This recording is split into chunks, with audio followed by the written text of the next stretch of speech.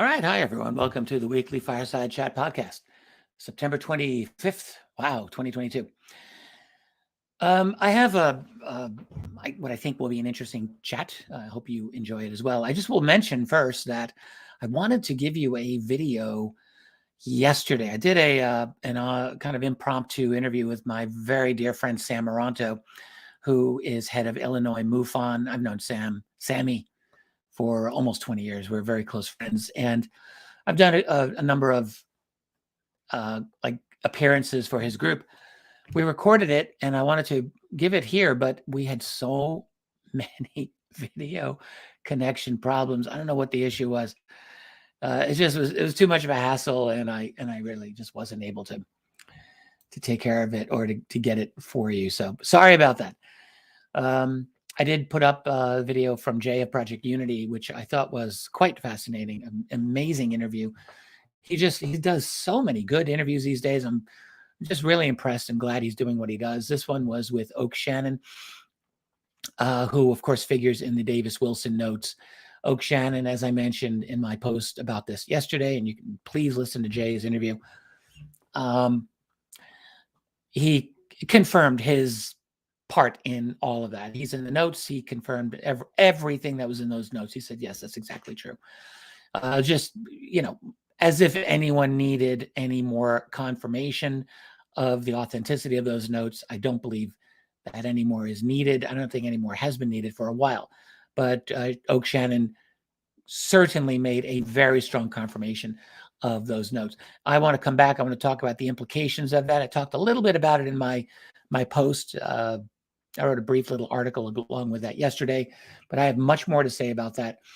I've been saying it all along. Like, if you've been paying attention, you've heard me talk about this previously, so it's not anything new. I will come back to it, though. I will probably do a public YouTube video on this at some point, either on that theme or what I'm going to talk to you about here today. It's both are on my mind.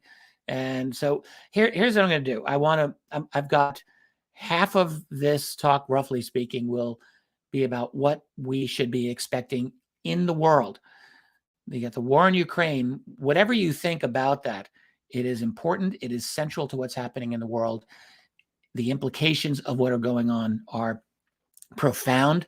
And I do want to discuss this from as objective a point of view as I can. But I do think it is necessary to tie that into the bigger picture of what we all are generally here for, and that is the world of ufology. And I do think that there are good ways of doing that, and I don't really hear anyone else in the UFO community doing this. So I think we need to do that. So let me start off by asking you to ask yourself a question, and I'm going to come back to this question. Do you think it's a coincidence that the UFO phenomenon is so massive at a time when the human race is going through such a dramatic transformation? You've heard me ask this question before, and I'm just bringing it up again. We have these two huge realities going on in our world.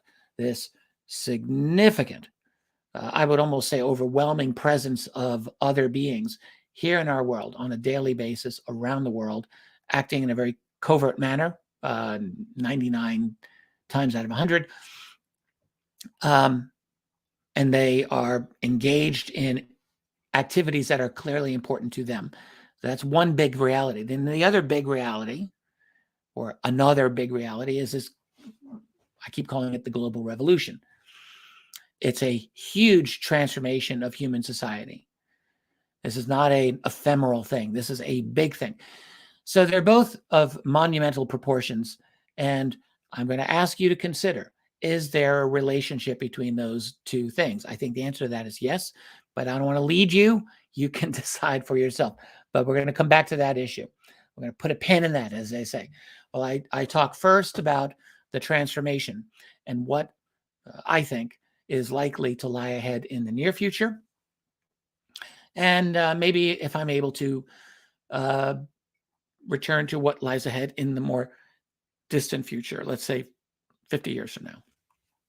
We're all focused on the next decade, 2 decades, but it wouldn't necessarily be a bad idea, at least to speculate on the next 50, even to 100 years from now, what our world might be looking like, and if it's possible to foresee what patterns may exist at that time. I don't know how much of that I'm going to do today. That is the more distant future, but it is something that's important, and I will want to come back to it. Let me talk about Ukraine and Russia. This is very central.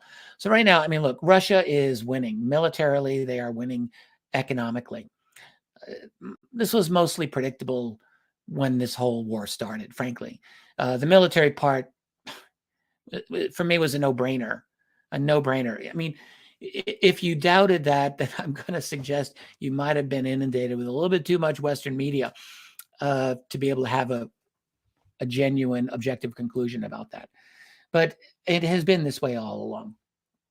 You have to understand the Western media lies. I mean, we've always known this. We know this from the UFO point of view, how dishonest the mainstream media has always been, and not just from a UFO point of view, from an everything point of view. Remember the weapons of mass destruction in 2002, and that's just the tip of the iceberg.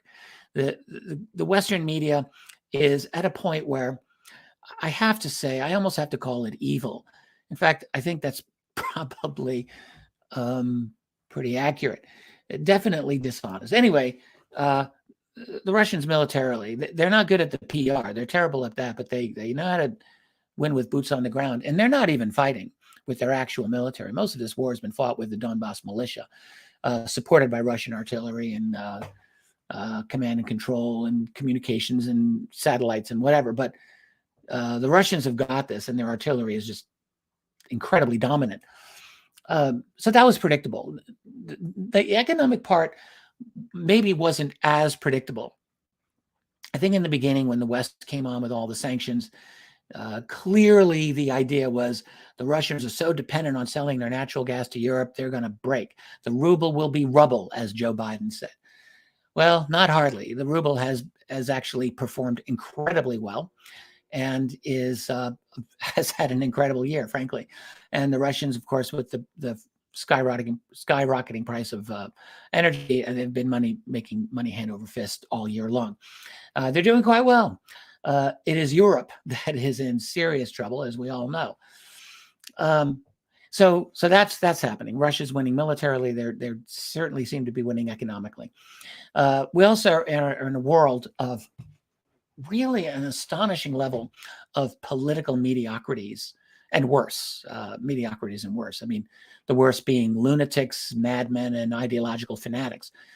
We're going to come back to that too, as to why that is the case. Like, why? Really, when you think about it, look at the history of all the political leaders of the last, 50 to 100 years. And there have been lots of bad ones. But you look at the crop, I meant to say crop, today. And for my part, I don't think that it's ever been as bad as it is now. I think the quality of the national leaders from the United States through all of Europe, through all of the Western world, is at the lowest point of quality and competence that I've ever seen. That is for sure. And of course, of loss of genuine democracy, however you want to define democracy, rule of the people, essentially. And how is it a loss of genuine democracy? Well, that's easy. We're looking at a rise of centralization of power in every conceivable way you can look at it. Financial power, economic power, which is distinct from financial power, political power. These are all become very centralized, including on an international basis, which I've talked lately about. In other words, the consolidation of national power over citizens, yes, but then the consolidation and coordination of the various nations themselves to act in a concerted way. That's centralized power as well. And that's been really incredible. The consolidation, the centralization of digital power, of information, of policing, of media and propaganda and indoctrination, the cultural transformation. All of this has been related to a great centralization of power. And I'll just add the cultural transformation that we've all been seeing, particularly for the last decade, I think has been a necessary part of this centralization of power, because you have to break the old culture. It has to be broken. the old ties, social ties, community ties, family ties. These have to be broken in order to create, to enable the public to accept the new regime of things. So that's happening. More tangibly, for right now, you have an impending crisis that will be centered in Europe, relating to energy, relating to food, because you can't process food without energy, related to manufacturing, um, related to and this will be totally connected to a financial crisis as well. All of this is happening, and we have been listening to the statements, particularly of the German political leadership, which under any other conditions, I would say are treasonous against their nation. In fact, I would say that even now, but no one seems to comment on this. So we're going to see a real crisis. I think it's a foregone conclusion at this point, this winter, and what I don't hear a lot of people talking about, the following spring of 2023, may shape up to be worse than this winter. That is entirely possible. And that will just be the beginning. We're looking at a rapid, shocking deindustrialization of Germany. And you really have to wonder if they're ever going to be able to rebound from this. Increasingly, I'm listening to economic and very astute strategists. These are not all politicized people, mind you, that are saying Germany and Europe may not rebound or recover from what is now happening. And I do think it's likely to see increasing competition among EU members for example, remaining energy supplies. All this EU solidarity that you keep hearing them trying to promote, I think that is very likely to break down when there's not enough heat and energy and food potentially among the member states. So I don't know how this is going to last. Yeah, so this is and this is just the beginning. Now, America, it's a weird thing. I've been trying to ask myself, like, where does the United States stand in all of this? I think America, in the short term, can stand to benefit from some of Europe's self-immolation. Of course, done with the assistance and encouragement of the United States itself. But for example, the United States is going to be likely getting a lot of German industry coming over here for no other reason than you've got cheaper energy costs here. German industry just will not be able to function in Europe. Their biggest source of energy was Russian natural gas, and that's gone, and that's not going to come back. You've got Germany and Russia now giving each other the finger, and at the point where they hate each other to a degree that hasn't happened since the Second World War. So I don't think we're going to see a change anytime soon. So what to look at in the next few weeks and months with this whole part of it. Ukraine's military offensive that they just had, this whole promoted offensive that everyone was talking about, that's a done deal. It's obviously spent. I don't think they've got anything left in the tank. They had very heavy losses, which continue every day. They did gain some ground in the Kharkiv region. Yes, we learned that the Russians just evacuated it and essentially gave it to the Ukrainians. They had offensives in 2 other areas where they just got completely pummeled badly. And the coverage of this, if you've been following this using Western media, then I have to assume you will not have an up-to-date understanding of what actually has been going on the ground. Again, I think Western media is just unbelievably dishonest and, again, I'll say it again, evil. They always have been, but just wow. So Ukraine, I don't think has got anything left in the tank. Russia, of course, is bringing in another 300,000 troops, which will probably be on the ground in the next few weeks, certainly next few months. They're holding referenda right now over the next few days in Donbass, in Kherson, and in Zaporozhye. These are very important regions where it's a foregone conclusion they are going to be overwhelmingly pro-Russian. You got every Western nation calling these sham elections. That's the word. It's like someone gave them all a memo and said, use the word sham. Everyone's, from Joe Biden to von der Leyen and the EU and all the national leaders calling these sham elections. There are election monitors there. I have not heard a single statement that these are dishonest in any way, but whatever it is, it doesn't almost matter, The West will not accept these elections, and the people in the East will accept them. And what it really means, and this is going to be a done deal probably by the beginning of October, within a week. The referendum will be done. The Russian Duma is going to approve it. Putin's going to sign on to it. And those regions will become part of Russia probably within a week. That's how fast this is likely going to have. That changes the nature of this war entirely. What it means, of course, I'm sure many of you have understood this already, is that Russia will now consider these territories part of Russia, which legally in Russian law they will be.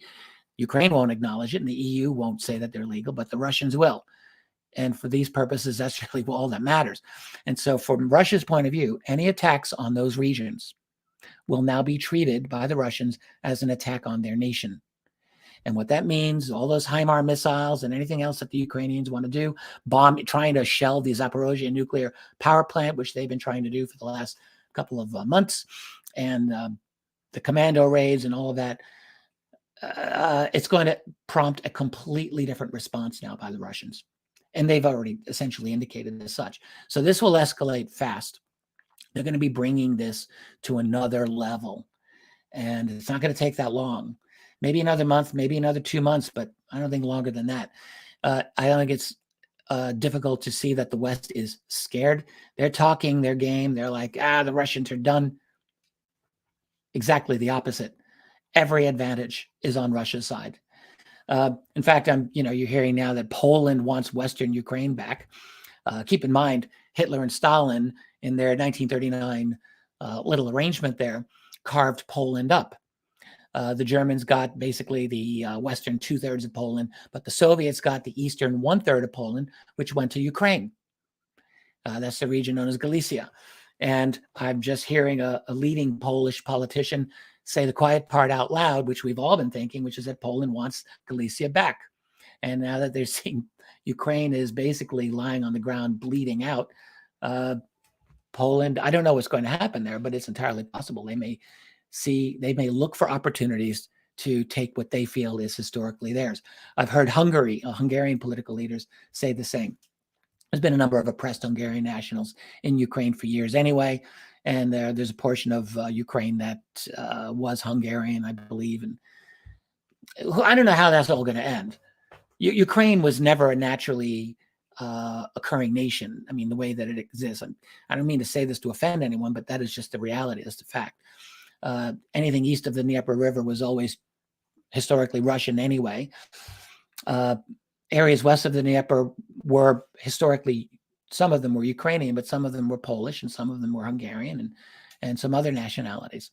And it just got cobbled together over the course of the 20th century, mostly by Soviet communist leaders, partly Lenin and mostly Stalin. There was some prior to that as well, building up some Ukrainian territory, but this is not going to hold, because you have the whole eastern part of Ukraine always was very pro-Russian, and the western half, increasingly as you move away from the Dnieper River, hated Russia. How do you have a country like that? It never really seemed to work to me. That's just my perspective. Anyway, this all just looks to be a huge mess. Now, how, in the face of all of this, you have Western leaders denying that these elections are legitimate. You have Western leaders saying, we are going to fight to the last Ukrainian, and on and on. How could they ever course correct if the Russians have won this on the ground and they're winning this economically? And, Germany and the rest of Europe are going through a cold and impoverished winter and spring, or worse. How can there be a course correction by the Western leadership? As far as I can see, I don't see a course correction happening. They have backed themselves into such a corner. They have turned Russia into Nazi Germany for all intents and purposes, and that means you can't compromise with the Nazis, or you can't compromise with the Russians. So we're just going to keep fighting forever. So what does that mean is going to happen? Well, what clearly is happening is that Russia is just going to obliterate Ukrainian power, and it's going to probably end up taking the entire southern coast all the way to Odessa. They don't have Odessa right now, but Odessa is a historical Russian city. Let's face it, it was founded by Catherine the Great. They're going to want it back. The Russians want revenge for what the Ukrainians did in Odessa back in 2014, by the way. It was a horrific thing, a fire in which many Russians intentionally were incinerated to death. And the West almost said nothing about this at the time, but the Russians have never forgotten. They want that city back. And the way things are looking, I think they're just going to want to take it, to be honest with you. Be that as it may, Ukraine's going to lose its entire access to the sea. It'll be a completely landlocked country, unbelievably impoverished, with no ability to fight the Russians. It's not going to happen. NATO weapons aren't doing anything. They have no effect. The only thing NATO can do is use nuclear weapons, and I don't think anyone's prepared to do that, despite the fact that the Western statements about Putin using nukes, if you've followed any of this, and if you've only followed Western media, then, I mean, the level of dishonesty again, and the way that they just take someone's words and take them totally out of context, just astonishing. Be that as it may, I don't think there's going to be a nuclear exchange. So you're just going to have the loss of most of what was recently, Ukraine. Energy supplies to Europe are going to reach a crisis. And Western leaders, they're not going to be able to admit that they walked their people into a horrific, catastrophic situation. They will not be able to tolerate the dissent that is already starting in Europe. We see how they have already tolerated dissent in our nice democratic Western world. You had the yellow vests for years, which were completely repressed by the French under Macron. Most recently, we'll just go to Canada for a minute and remember the Canadian truckers and what happened to them a year ago, and almost a year ago, how they were, in my opinion, yes, this is my political statement here, shamefully repressed by the Canadian government in any way imaginable. The American truckers, by the way, which were doing a sympathy copycat kind of a strike, they didn't even get going before they got shut down. You had the Dutch farmers more recently who were just completely shut down. You have the current demonstrations throughout all of Europe regarding the sanctions. All of these have been crushed physically, and all of them have been buried in the Western media. There is no dissent that is allowed, and this is not going to get better. I see no sign that this will get anywhere but worse. And now you have there's elections in Italy today, which are very much being feared by the EU leadership, because the conservative Italians are very much increasingly against these sanctions on Russia. They're worried about their energy supplies. And Ursula von der Leyen, leader of the EU, unelected leader of the EU, essentially issued some threats against Italy, saying, well, we have tools if they go down the wrong path. It's like, holy crap. A lot of the Italians are very upset about this. So the EU has become full-blown Orwellian, and the mask is off. It's really an astonishing thing to see that this has happened. The EU always had a kind of Soviet-style way about it, but the way that it is now is just off the charts, it seems to me. Now, of course, this is the Davos agenda, which is also the current U.S. leadership is fully on board with all of this, obviously. And I have been tying this in for a while with what I have continually called the fourth stage of humanity, the global revolution. They're all tied together. That's what this is. That is a transformation of modern human society, this digital transformation in which things are controlled and centralized, digital control, which from the point of view of these people running it, requires a political transformation, a social transformation, cultural transformation. The whole thing, they're just making this happen really fast. And that is behind all of this. Now, let me move away from the immediate politics. There are two genuine sides to the global transformation that is happening, and we must not forget this. I think most of you gather where my sympathies lie, but let me just make this clear. There are those who strongly support the current transformation that is taking place. While I personally do have real problems with it, I do understand why there are people who support this. Let me explain this. First of all, there is clearly no easy or practical turning back from the digital revolution that has been occurring and the ongoing. Like, how do you stop this?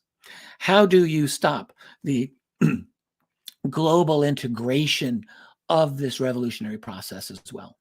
And when I say global integration, we're talking about globalization of food, of manufacturing, of supply chains, of everything, everything. And all of these things require coordination, which implies control and implies centralization.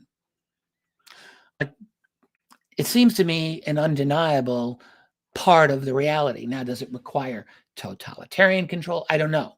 But the manner in which we are organizing our society with digital technology seems to me to imply greater and greater levels of centralized control and coordination. Also, the increased power of information that has gone to us, the people, the masses, you, me. I mean, the internet revolution has, we talk about the information highway, the information superhighway. What that means and has meant is potentially much more power coming to the people, which potentially means dangerous power coming to the people.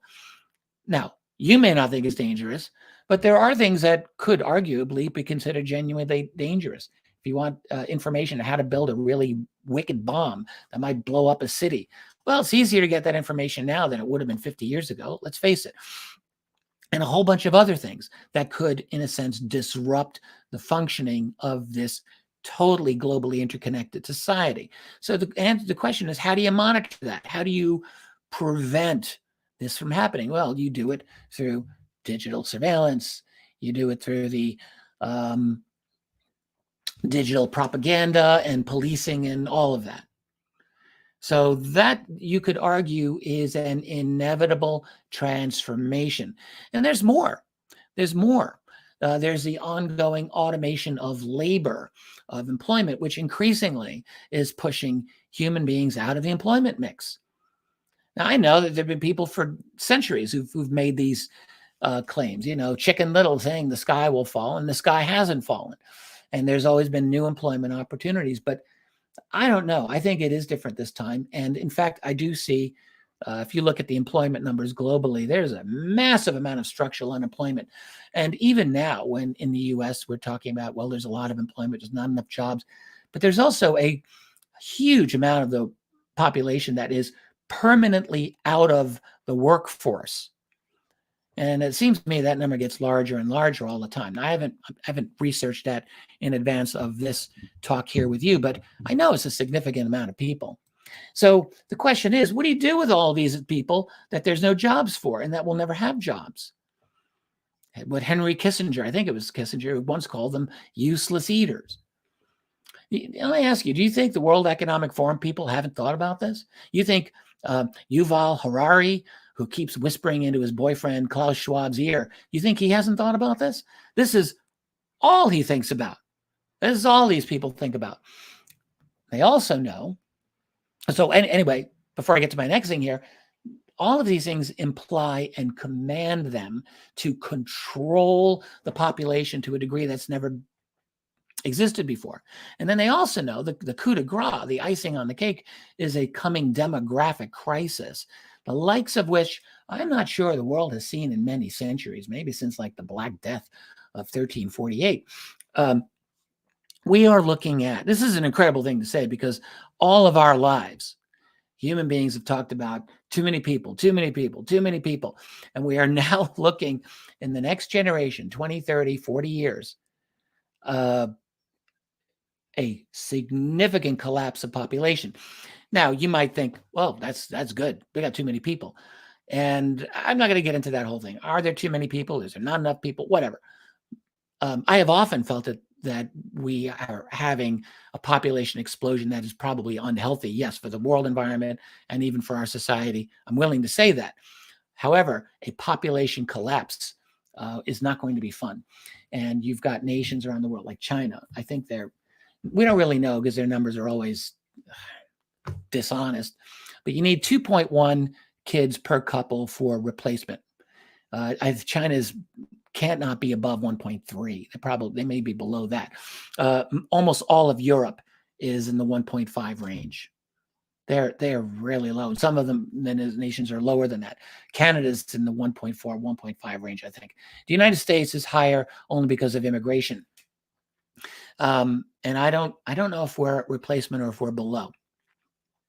Other parts of the world are still above replacement level. Most of Africa is, parts of Asia are, but increasingly you can see world population growth is very, very low. Right now it's less than 1%, whereas back in the 1960s it was almost 2.5%, way, way, way higher. So it's getting much lower, and the demography is undeniable. It's going to cause a significant collapse. I don't think it can be changed at this point. And what that means is you're going to have a lot of old people who are going to have no means to support themselves with not enough young people. Not going to be fun. It's going to cause a real problem. And so that's going to be a very, very difficult transformation that occurs. And I don't even want to think about that, because I'm going to be one of those old people wondering, hello, nurse, ding, ding, ding, ding, ding. I'm going to ring the bell and no one's going to be coming. I'll get some algorithm, some artificial voice talking to me, keeping me company, most likely. So all of this, the good evil people at the World Economic Forum, they know all of this is happening. They know, pardon me, but they know that the shit is going to hit the fan. In the next decade, 2 decades, they know it.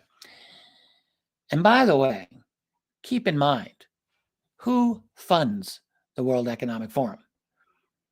It's all global finance and military contractors and major corporate powers. They are the money behind the WEF. Same with the Bilderbergers, of course, which is the same group of people as the WEF. They're all the same people.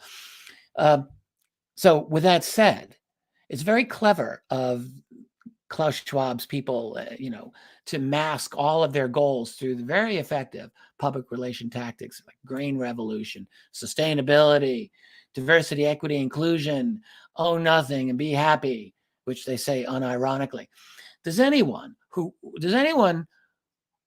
really think, if you think about this, do you really believe that Morgan Stanley or BlackRock are motivated by those types of ideals? BlackRock is the world's largest asset manager. They control over $10 trillion in assets under their management. And they are one of the chief funders for the World Economic Forum. Do you think they give a damn about diversity, inclusion, and equity? Or do you think instead they care a little bit more about expanding their ownership over the world? It goes without saying, the question answers itself. And yet these groups have intellectually hijacked what was once the progressive end of the political spectrum. They already had the neocon conservatives, so don't get me started there. But they brought in basically almost all of the progressive left. And if you're a progressive listening, you're like, well, they don't have me, which, okay, that's fine, but they got everyone else. All right. What they are is a centralized bureaucracy and technocracy that is designed to maintain and expand their own ownership of the world and their revenue streams and all of that. Ultimately, their control over people and their control over the world. That is what they are doing. And they have got their hooks via the World Economic Forum into every major Western government right now. All of them. Which is why, by the way, all of those leaders are mediocrities and worse. This is why. Because they're empty suits that have to lie to their people and repress their people when those people take to the streets. You can't have quality individuals. You can't have Abraham Lincoln in there doing this, because he would actually be a national leader who would give a damn about his people. And you can't have that. You got to have these WEF people. You have to have Robert Habeck in Germany and Olaf Sergeant Schultz over in Germany, and you got to have Macron in France, and all these other awful people. Now Liz Truss over in the UK. I didn't think you could get worse than Boris Johnson, but if you're in the UK, you might have just succeeded. He's a clown. She's an idiot. Go take your pick. And they both are completely beholden to the agenda. So that's why they have to be mediocrities. It really amazes me. The positioning of their message has been incredibly effective. And you think about this. All you have to do is you target your enemy, which is the people, as racists, as sexists, as phobes of whatever flavor of the month you got, as fascists, or as Biden just said last month, as semi-fascists, whatever, as bad people. This is a genuine process of othering your political opponents, and not just political opponents. It's the people who are opposing what you're trying to do here. So let me get back to why people support the Great Change. There's a big reason why so many people support the Great Change. There's two big reasons. The big reason why a lot of the, let's say, the non-thoughtful masses support it is simply, I think, because the messaging has worked on them. Diversity, equity, inclusion, great change. Yes, okay, I support that. Message works for them. Now, for those who have thought about this a little bit deeper, there are those who still support it because they will maintain that the change is still inevitable and there's nothing you can do about it. So you might as well embrace it and get out ahead of it. And if you're one of those elites and you're one of the young global leaders at the WEF, hey, you can help run this sinking ship, but at least you won't be sinking. And I do think that many of them are very cold-bloodedly looking at it that way. They're like, we can see the writing on the wall, and we're going to get out ahead of it, and we're going to be on the winning side. I am sure that that is the reasoning of almost all of the elites who are the WEF types. Now, for those who oppose all of these changes, they see a pretty simple picture, most of them. They see that the world has changed dramatically and rapidly toward reducing their political freedom, reducing their speech, obviously, and mostly reducing their economic livelihoods and prospects. They see the rapid transformation and the lies that protect that transformation. And so naturally, they're going to recoil. Why wouldn't they? I doubt that most of them have thought this process all the way through. I'm guessing they may not see that a total transformation of humanity is actually underway. Some do, I bet. I'm sure some do. But you don't need to see the full plan to be fundamentally opposed to it. So this is the divide of our age. This is the divide of our time. This is it. It is this issue. In my view, you can accuse me of being reductionist, but I don't care. I think I'm right. Everything comes down to this. All the cultural issues, all the economic issues, all the political issues, it comes down to this. This is why I think it's in Italy that you've got the communists siding with the so-called far right on the issue, I think, is of sanctions there, and essentially opposing the centralized, bureaucratized, neoliberal global world order. And you're seeing people from the extreme lefts and rights of the political spectrum seeing this is a problem. And not even, I shouldn't say extreme, because I don't think in many cases that really works. Let's say traditional left and traditional right. What they are seeing is the creation of essentially the Borg coming in and taking over the world. And Europe is really the leading place where all of this is happening. So anyway, this is the issue. This is the divide of our age, of our time. I think the real geopolitical battle in the world right now, by the way, I'm going to come into UFOs real soon, so hang on. But the real geopolitical battle in the world right now, I think, is mostly over how many groups will there be? Will there be one group or several groups? I think that's really the big battle, because certainly Russia and China are not somehow fighting for individual rights any more than the collective West. The fact is that nobody is fighting for that. Russia is still an enemy to the West, but because it refuses to join that collective on the terms that the West has been demanding, which, if you're Russian, why would you? You have no motivation for doing so. But the basic direction is not any different there than elsewhere. You have centralization, you have digitalization, and so on. And China, I mean, my God, much more so. China is the leading edge of this. China is the model by which these Western countries are just drooling, salivating over. It's like, yes, we need more of that here. We need social credit scores here. And by golly, we're going to do it. So, the biggest difference is that some of those societies, I'm thinking of Russia primarily, but also Hungary and a few others, they are talking much more openly about defending what remains of traditional cultures of their societies. That is the big difference.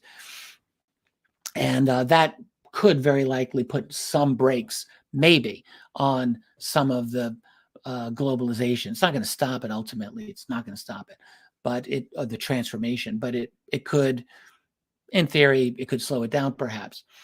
So this is why I often like to compare the current global situation to my favorite movie, The Godfather. If you're paying attention, you know that. And to the 5 families of New York in The Godfather. There are no good guys there. They are all out for themselves and for their territory and for guarding against the competition and taking out the enemy and all of that. That is what our world is. So we're looking in the short term at, unfortunately, I think, extended hardships on every level that I know how to imagine. Energy and food being the big ones, but also political rights and freedom to dissent being very, very important here. The ability to access information, a corralling of the human population into digital herds, essentially. Digital control and definite repression in the coming months, I think, is likely. Again, and I said this way back in June when I did my closed conference back then, and I talked about it here to you on this website as well. What I said is that this war, and some of you pushed back on me in this, and I'm pretty sure I'm right here. I said this war is going to go totally sideways for the West, and when it does, it's going to cause demonstrations and protests of all types, mostly over the energy, and those protests will have to be repressed further and further. And I think that is exactly what we are looking at. Incidentally, I still believe that we are primed for a false flag by these Western elites as a further justification of their agenda. Now, to be fair, I was expecting one by this time, and it hasn't happened. So perhaps I will end up being wrong. I hope so. I would like to be wrong. But this next month will be very important, so let us be alert.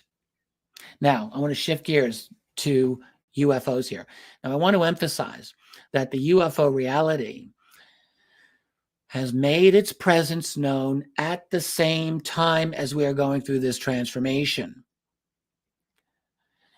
Now, after all, you could say that the transformation really started in the 20th century, our human transformation, all the industrialization, the science. And I think that's what got the attention of these alien beings. Now, I know what you're thinking. Well, what about ancient UFO reports, Richard? Okay. Now, I think that within the last week, I said to you, and I intend to continue with this, that I wanted to go through all of the ancient UFO reports, particularly in my favorite ancient UFO book, which is Chris Auerbach and Jacques Vallée's Wonders in the Sky. I think that's the best that's been done up till now. And I want to review that. I've been reviewing them, incidentally. I've read that book more than once, and I'm reading it, I think, for the 3rd time now. But this time I'm going through it a little more critically. What I maintain is that, yes, there are a lot of old UFO accounts, but when you really get into the quality of the evidence and the levels of detail that we would like here to study these reports, these stories, they really come up short, most of them. And on top of that, when you really look critically at that evidence, yes, there are some good ones. There are some good ancient UFO reports. Absolutely. I do think that there is reason to say that there's been a long-standing presence of some other here on Earth monitoring human society. I believe this. However, I do not believe that there are that many strong reports. I do definitely see huge gaps especially the farther back you go, between good reports, between good sightings. Now, what does that all mean? Does that mean that there really were, pardon me, fewer reports, less activity, or does it just mean that we human beings, excuse me here, we're just not able to record, and so a lot just got lost and became oral history tradition? Yes, I think a lot of it has been oral history tradition. If you're a member of one of the native tribes here in the Western Hemisphere in North America or South America, and you see something and there's no writing in your culture, you see something, well, how do you record it? Well, you do it through your stories and through your oral history. So we have to account for some of that. I agree. But look, when we start getting into the vast quantity that we're looking at today, I do not believe personally that this is all accounted for simply by the fact that we have more technology and a better ability to observe. Our ancient ancestors had a pretty good ability to observe, and they did record things, but they recorded far less and of far less specificity than what we have. So I just do not see a lot of evidence of intense UFO activity in our ancient past. I just don't. Some, yes, but not a lot. We get a lot in the 20th century. So ask yourself a question. As I started this off, I'm revisiting it here. Do you think it's a coincidence that this phenomenon is so massive at a time when we are now going through such a dramatic transformation? It makes a difference if we believe the aliens have always been here and have been always actively meddling in human affairs. And I think a lot of researchers seem to think this, but I don't think that they have really studied the data that carefully if they say that. I often hear this said as a cliche. Oh, yes, they've been here forever. That we know they've always been here. Well, that's not really thinking this in a careful way, in my view. It's become so much of a cliche to assume that they've been here forever. I remember when, Sitchin's books, well, I don't remember when they were new because I wasn't following this, but in the late 70s and in the 80s. But Sitchin's, I think, works had a lot to do with this. Eric von Daniken's work had a lot to do with it. The TV show Ancient Aliens, all of these have contributed to this idea that, oh, yes, they've always been here. But I just do not see the data to support it in the numbers or significance that many people seem to think it implies. Anyway, so I do maintain we have a longstanding phenomenon, yes, but in a relatively low impact manner for the most part until the last century. Then it's been astonishing. And I'm going to give you an example. I was just going through my, do I have this here in front of me? Yes, I do. Okay. I'm writing a book on USOs. So I told you this. And I just pulled out and did some research. In this issue of the MUFON Journal, I'll get it right here. I love these old things. This is September 1978. Look at this little thing here. And look at the cover. Undersea UFO base. Can you see that? I found a reference to this. And I said, I want to read the full thing. And my goodness, what a great article this was by a guy named Joseph Brill, talking about his article, Are UFOs Operating from Underwater Bases Off the Coast of Argentina? And he pulls up a bunch of very interesting cases. I'm just going to read you what I have written based on this source here. This is what I wrote the other day for my book. Southern Argentina, June 1950. I just write, these are two interesting early cases of objects emerging from the ocean. Romeo Ernesto Suarez was a driver in the fire department at Ushuaia, capital of Tierra del Fuego. That's the way southern part of Argentina. He became famous for a time when he successfully undertook a long journey on foot from Ushuaia to Buenos Aires, a journey of well over 2,000 miles, and which he completed in 5 months and 14 days. Pretty cool. Most Argentine newspapers covered this remarkable journey. So we're in 1950 here. However, he kept one event secret for 18 years simply due to his fear of ridicule. According to Suarez, a mere 4 or 5 days after he left Ushuaia, in between the cities of San Sebastian and Rio Grande, something happened. It was a quiet night with perfect weather at 11 p.m., and he was walking through a coastal region about 600 meters from the Atlantic Ocean. It's about a little more than a quarter of a mile. Suddenly, he heard what sounded like a violent disturbance of water. Several nearby sheep jumped up and ran away. Immediately, a luminous oval object appeared to emerge from the sea, perhaps about a quarter of a mile from the shore, or roughly maybe half a mile from his position. The object rose vertically, made a 90-degree turn, and disappeared toward the northeast, toward land. This wasn't Suarez's only USO sighting. About 15 days later, also at night, and still far to the south of the country between Rio Gallegos and Santa Cruz, he saw something similar. This time, 4 small luminous objects emerged from the Atlantic Ocean, although he could not determine their distance. Like the previous object he had seen, these 4 rose vertically. Then, in perfect formation, they approached the coast and traveled west toward the Andes Mountains. It was only in 1968, after a great deal of UFO publicity had somewhat changed public perceptions, that he felt comfortable enough to tell his story. So that's what I wrote for that. Now, I'm bringing this up. First of all, you go through the ancient literature and you do not get stories like that. I don't see stories of objects rising from the ocean in our ancient literature. I don't see it until we get to the relatively modern time. There's 1 or 2 that are potentially earlier than this. That's true. Entirely possible. But, human beings have been out in the oceans and the seas for a long time. Not out in the Pacific or Atlantic Oceans for, that's been about like 500 years. But nonetheless, we've been out there. And we're not getting those types of reports until really much closer to our time. Let me ask you, how likely is it that there has been a 1,000-year or more undersea permanent presence in our oceans? Well, I can't say it's impossible, but how strong is the evidence? And in my view, there's not good evidence for that at all. I would say it's more likely that the presence of these other beings, coincides with our great change.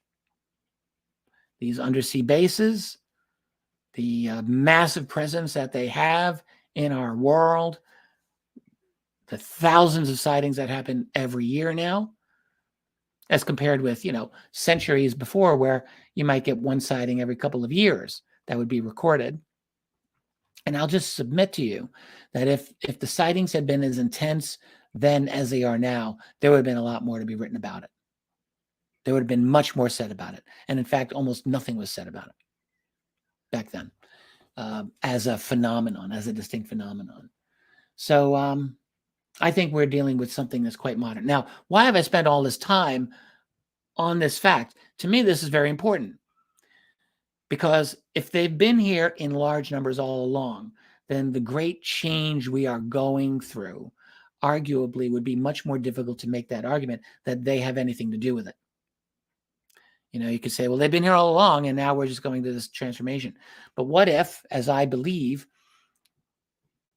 they got here, roughly speaking, at the same time that we started going through our massive transformation? Because I do think that is the case.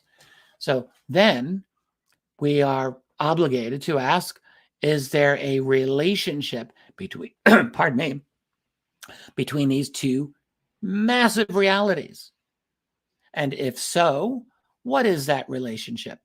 Well, there's basically 3 possibilities that I can think of. This isn't the first time I've mentioned it here. Possibility number 1, that, are they opposed to it and they want to stop this great change? Is that their relationship? Do they think, oh no, we do not want to see human beings go through this transformation and turn themselves into a digital, essentially totalitarian type of civilization? We don't want that. No. That's one possibility. Another possibility is they are interested observers. They're just like, yeah, you know what? We're scientists. Let's look at these people. We have nothing to do with it. It's hands off. We're just going to watch because it's fascinating and we want to see how this all turns out. That's possibility number two. Possibility number three is they think it's really great and they are supporting it and maybe they're behind it. Is that the possibility? So I don't think there's any reason to think that possibility number one is the case. I don't think there's any reason to think that they oppose what's going on in this world. Nothing in the research seems to support this. If anything, their message, as far as we can tell, has always been that we need to be more coordinated globally. We need to stop fighting with each other. We need to grow up and join the galactic community. And, all of it. Basic message is basically, you need a League of Nations or like the United Nations or so on. That whole thing just on a galactic scale. So that means coordination. That means centralization, obviously. So I don't think they've ever been opposed to this transformation. Now, as for the second possibility, which is that they're interested observers, I would say this is possible in theory. It's possible in theory. My problem with this idea is that they do interact with people on a worldwide scale and in total secrecy. We know this. They clearly have an agenda. They are clearly not opposed to dealing with us as they wish. They are not hands off. They have proven this, which leads me to ask, are they behind this, or at least do they support it, or are they maybe giving an assist? Something that would normally happen, but they're like, yeah, let's just move it along a little bit because we want them to become more like us. Maybe that's what it is. So if that's the case, and I can't say that I know that is the case, but I will say that it seems like a better prospect than the other two. If that is the case, how have they been doing this? By what means? Do they work behind the scenes in some capacity? Well, if we accept the testimony from a number of seemingly credible whistleblowers, then they, at the very least, communicate with the human hierarchy. The Area 51 whistleblowers, the people who talk about, connection and communication between them and our human elites in one form or another, or our military. There've been a lot of these people. Bill Uhouse is one that I've always found kind of credible. I'll be honest about it. And he's not the only one. Now, and if you believe the research of someone like David Jacobs, well, then they're much more intrusive than that. They're obviously deeply immersed in our world. In a process of infiltration. What other word can you say than that? That's Jacobs' hypothesis here. Now, whatever direction I may be leaning toward, I think you can tell, I'm going to say this again. I don't have a definite conclusion. I have my thoughts, I have my leanings, but I acknowledge there's some wiggle room only because not all the data is available to us. Okay. Now, I'll just think a little bit about what we might be looking at 50 years from now.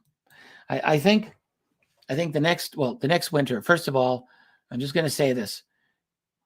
Take care of yourself in the next few months and years. I'm not telling you to be a rat pack and hoard everything, but if you have the ability to get some canned foods and some dried rice and beans and whatever, I would say do it. I would say hook yourself up with at least some provisions of food that you are able to prepare and eat and so forth. I just think it's a good idea. Tracy and I have done this for a while. I've got, I'm pretty well stocked with a lot of that stuff.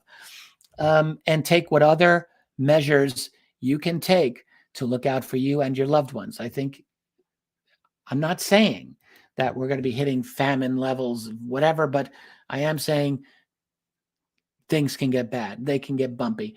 We've seen, of course, the price of ordinary provisions. I mean, I'm looking at coffee prices and it just makes my eyes water. But that's not just coffee. It's everything. And Do we think it's going to get better or worse? So it's difficult out there. So I'm just saying, take care to create some provisions for yourself and your loved ones in every way that you can. Food. It's hard to store a lot of gasoline. I don't know how anyone can do that, but you take what measures you can. You do your best. That's the near future. And also, I'm not telling you to get politically active here. Who am I to say that?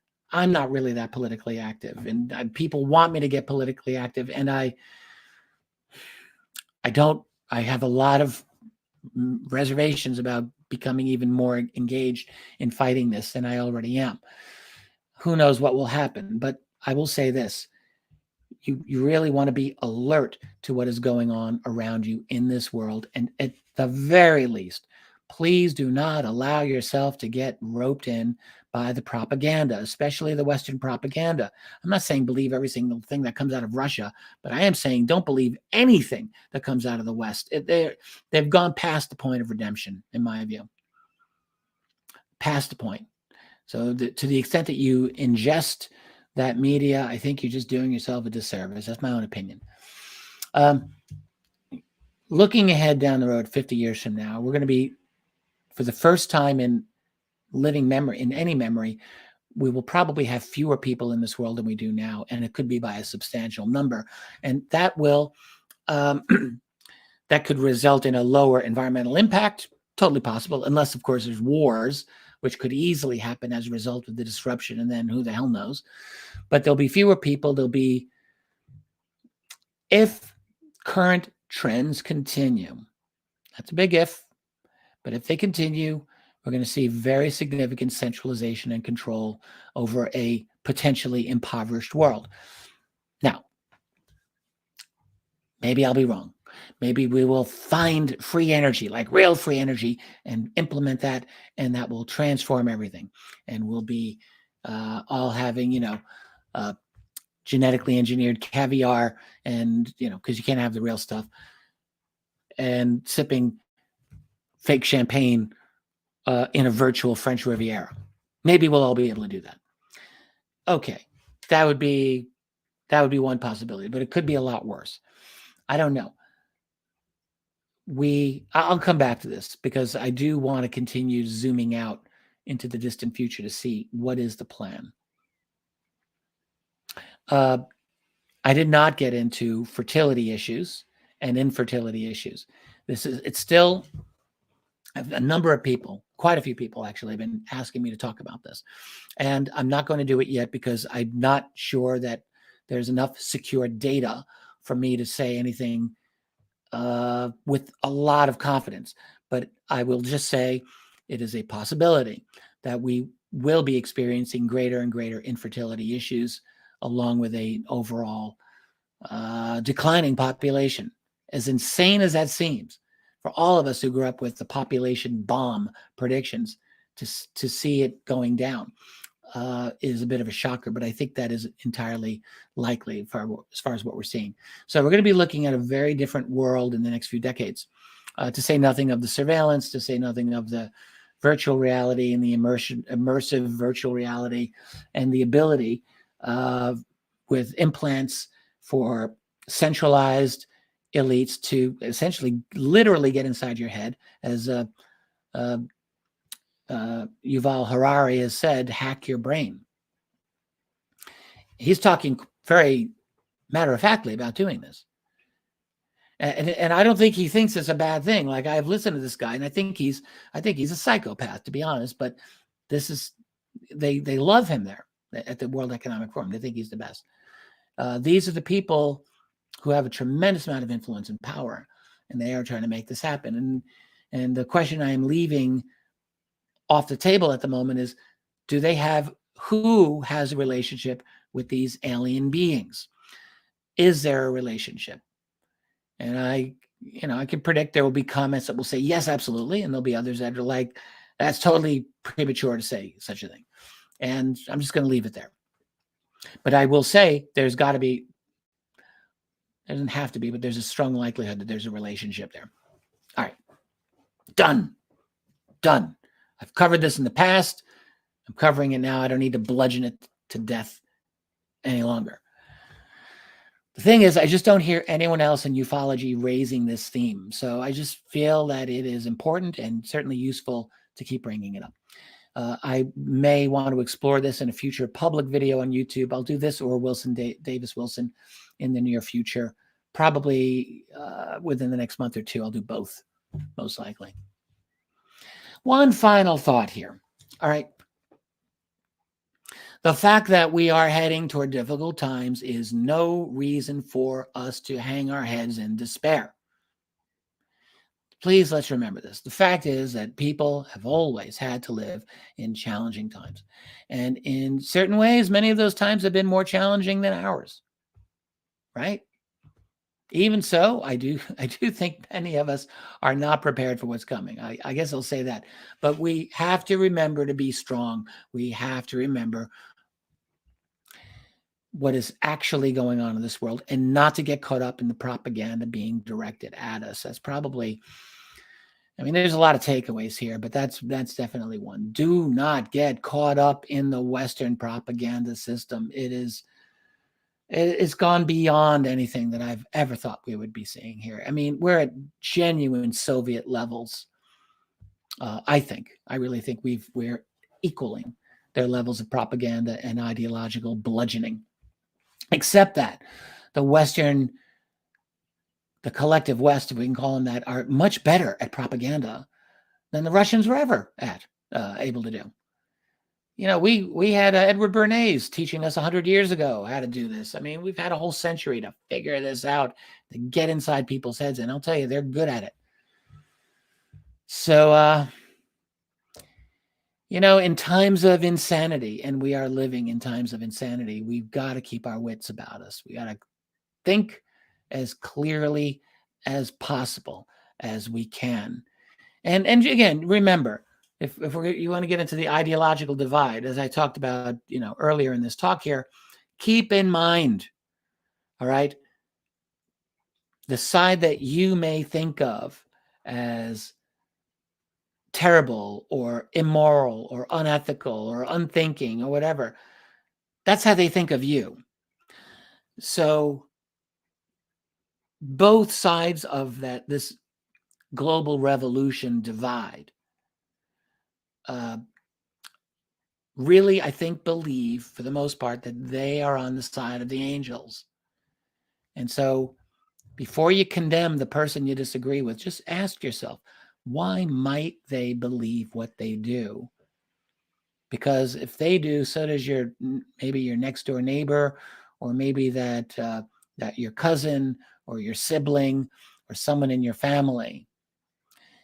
And so the best thing that we can do is seek to understand where the other person is coming from, so that if we're going to have conversations about this, which we need to, let's try to do it without condemning the person we disagree with as, you know, a heretic that must be punished for the rest of all time and someone that we must dismiss and not listen to and deplatform or whatever.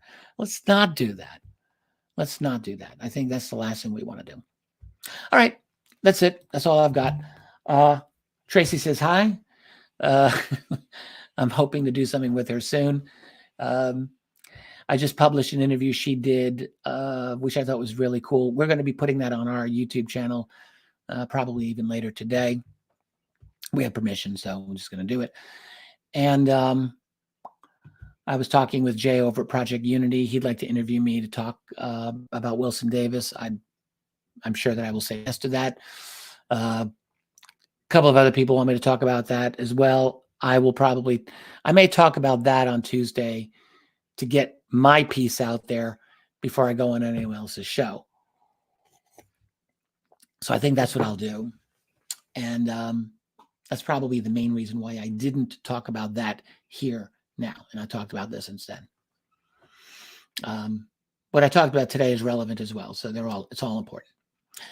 So that's it. That's it for now. I hope you found this interesting, and I'm glad to have you here with me. I cannot tell you how grateful I am every day for your membership and your support for the work that I do. without your support, there's no way that I can do this. I don't think the way that this is all set up for me now, like this is how I do it. And I am grateful beyond words for your support. By the way, the website upgrade is still happening. We have not changed the prices yet. I'll have good news about that in the near future, but not that there won't be a higher rate, but there will be the option to maintain the current rate as well. It'll have a little bit fewer benefits. All right. But if you really want to maintain at the $6.99 a month, you'll be able to do that as well. I'll talk more about that in the near future. This has been the website upgrade. I mean, has been a logistical hassle, but we are making it happen, and it's all going ahead. And I'll be talking more about that in the near future. As it is right now, I wish everyone a good rest of your Sunday or Monday, whenever this is that you're watching me, and I will catch you all again really soon. Bye for now.